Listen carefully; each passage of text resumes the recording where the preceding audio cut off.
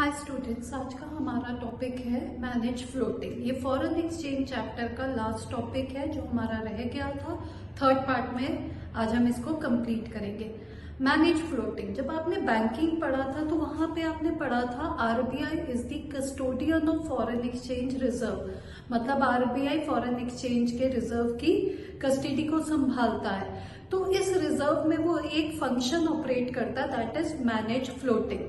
Manage floating क्या होता है? Buying and selling of foreign exchange with a view to stabilise exchange rate. जब हमारा एक्सचेंज रेट लिमिट के बाहर हो जाता है, कई बार बहुत इंक्रीज हो जाता है, डिक्रीज हो जाता है, दोनों ही केसेस में वो कई बार हमारे लिए प्रॉब्लम बन जाता है। इंक्रीज होना भी हमारे लिए गलत हो जाता है एट टाइम्स, और कई बार डिक्रीज होना भी।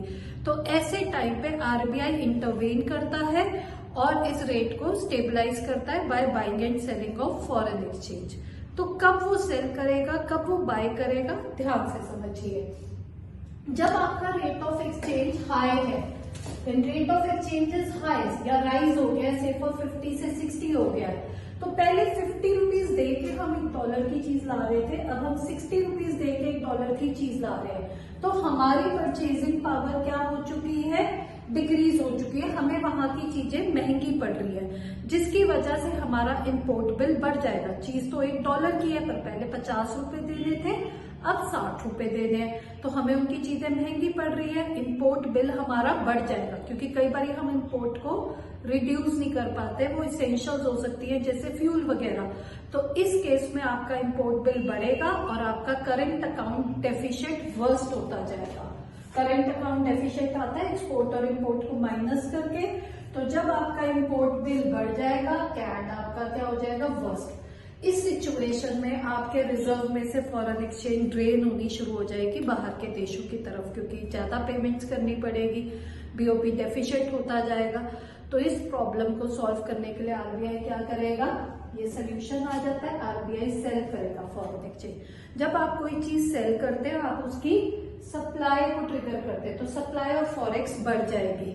ग्राफ में आप देखिए, जब हमारी सप्लाई बढ़ती है, नए इक्विलिब्रियम पे रेट ऑफ एक्सचेंज क्या हो जाएगा? डिक्रीज। तो when supply of foreign exchange increases, rate of exchange decrease हो जाएगा।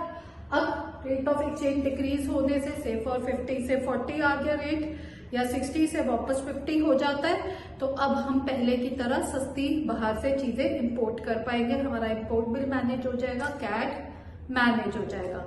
तो when rate of exchange is high, RBI उसे कम करने के लिए क्या करेगा? सेल करेगा, अपने रिजर्व में से फॉरेन एक्सचेंज को बाहर निकालेगा। जब फॉरेन एक्सचेंज मार्केट में निकलेगी, सेल करेगा वो, तो उसकी सप्लाई बढ़ेगी। किसी भी चीज की जब अवेलेबिलिटी बढ़ जाती है, सप्लाई बढ़ जाती है, उसका रेट या प्राइस क्या हो जाता है? कम। Same happens here. अब at times when rate of exchange is low, बच्चा सोचता है लो होना मैम कैसे प्रॉब्लम है? तो लो होना भी आपके लिए कई बार अनफेवरेबल हो जाता है, क्योंकि जब रेट ऑफ एक्सचेंज 50 था तो आपके एक्सपोर्ट्स ज्यादा थे, क्योंकि फॉरेनर्स को $1 में 50 की चीज मिल रही थी इंडिया से, उनको चीजें सस्ती पड़ रही थी, परचेजिंग पावर उनकी बढ़ रखी थी, वो ज्यादा खरीद रहे थे।